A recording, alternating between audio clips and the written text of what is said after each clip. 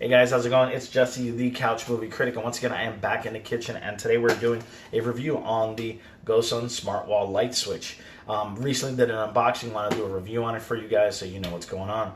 So let's go ahead, let's get straight into it. Before we get started, I do want to say, as always guys, don't forget to like, comment, share, and subscribe. Appreciate you all. You can reach out to me, Mdevlspawn at Gmail, Jesse L. Falto on Facebook, and Mdevlspawn01 on Insta. Going ahead, let's get right into this. Pros and cons and things I enjoy and don't enjoy about this thing. So let's go ahead, let's get started in a couple things. Let's start with the look of it. The look, first of all, if you know anything about electrical, my reviews will not tell you how to wire this up. The only key thing I will tell you is that it needs to have a neutral line. I mentioned that in the unboxing.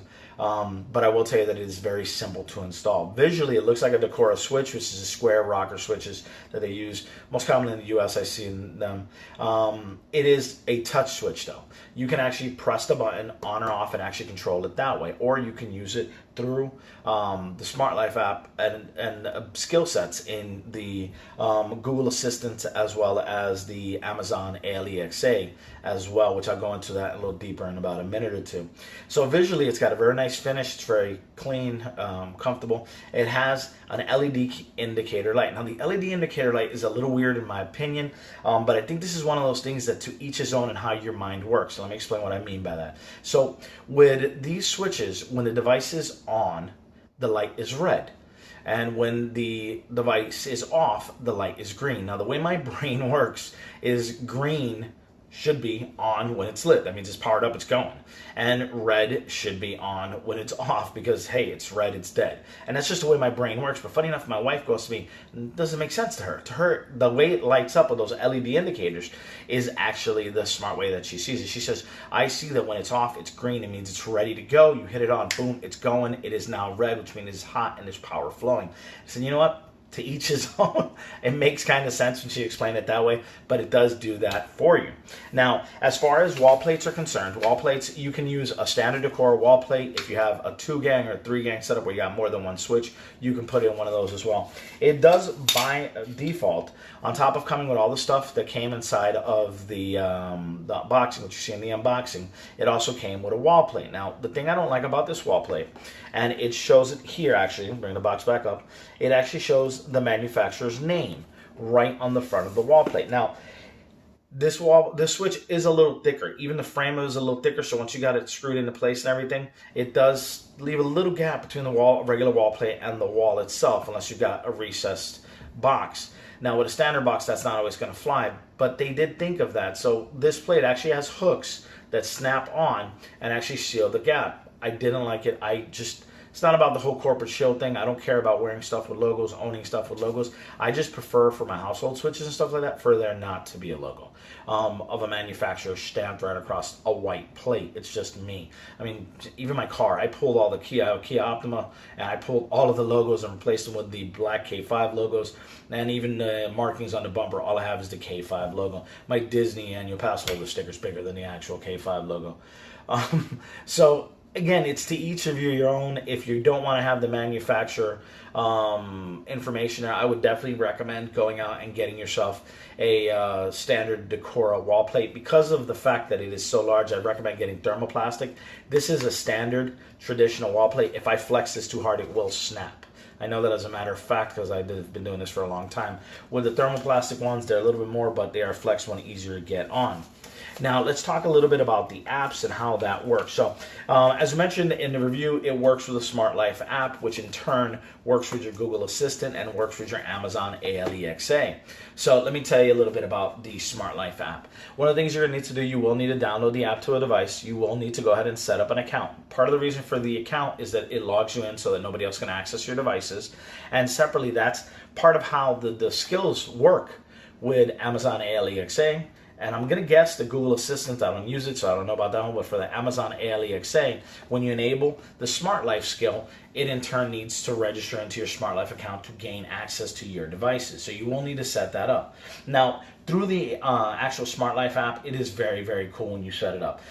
It's very intuitive installation and setup. I will tell you that it's got to be on 2.4 gigahertz Wi-Fi, so if you got a dual band router, you're going to need to make sure you connect to that side. I have one of those new smart routers that decides what channel the device should be on, and the stupid thing wouldn't let me connect to 2.4 gigahertz without changing all the settings on my router. So luckily I have a Wi-Fi extender in the house that runs on 2.4 gigahertz. So I just connected everything to the Wi-Fi extender. Problem solved. But keep that in mind when you're doing a setup. When you go to set up the device, it's very simple. It's got a little plus icon on the top.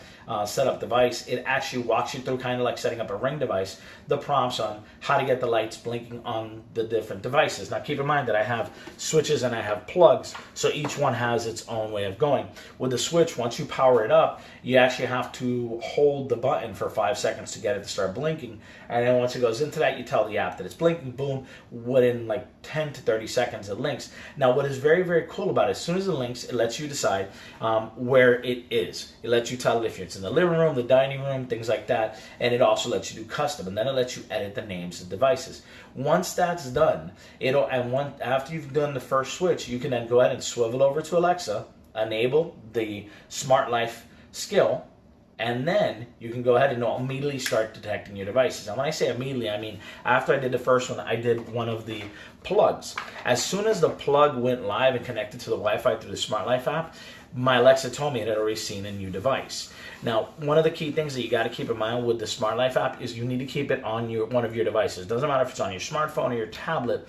It needs to be on one of your devices, because that is how you can edit names. That's where you can create what they call scenes, so you can have it set up to turn on the lights or turn off the lights given hours or when you get home, things like that. And that's how you're going to be able to rename it from its model number on the switch or the plug to whatever name you want to have. For example, in the kitchen, where I'm at right now, those are the kitchen lights. If you're in the dining room light, living room light, so on and so on. So Smart Life model lets you edit it, and every edit that you do there immediately affects the Amazon Alexa app, so it knows it. And then inside of the Smart Life app, it lets you, like I said, break it down to locations and group them and things along those lines, which is very, very cool. Now, swiveling over to the Amazon Alexa side, from there, it's fantastic. It detects the devices. It's going to default and have, a group for Echo Dots. It's going to have a group for switches, plugs, and then all devices. Well, you can actually create subgroups. Like I have a subgroup, a Gosund subgroup, that shows everything, and then it breaks it up by rooms. I've got the bedroom, the living room, the dining room, the kitchen, and so on.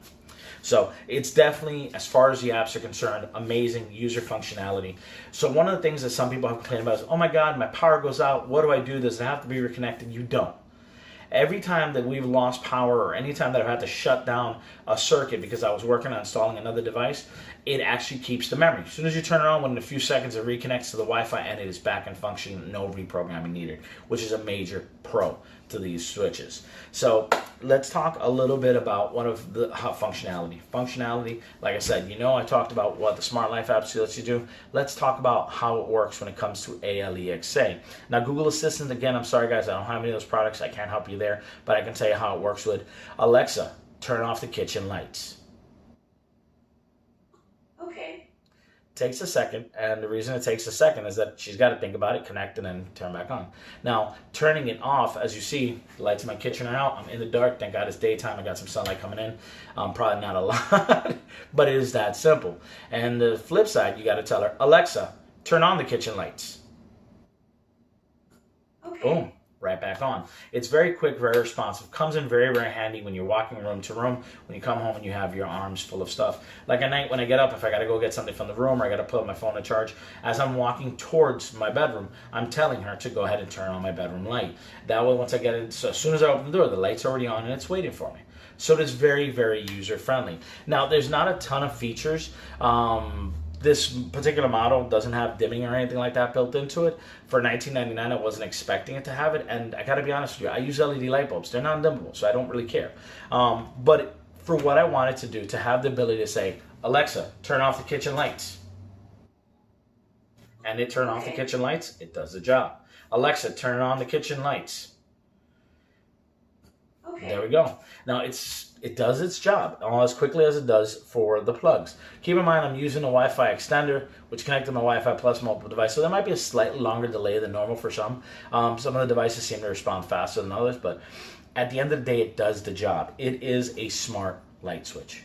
I mean, listen, if you're looking to do something like that, you can't beat the price. The reviews are fantastic on Amazon, and it does the job. So in my opinion, guys, go for it. Go for it all the way. Go for it for the gusto. If you want to do the plugs. I would definitely recommend it. As always, guys, I hope you enjoyed the video. Don't forget to like, comment, share, and subscribe. And thanks for watching.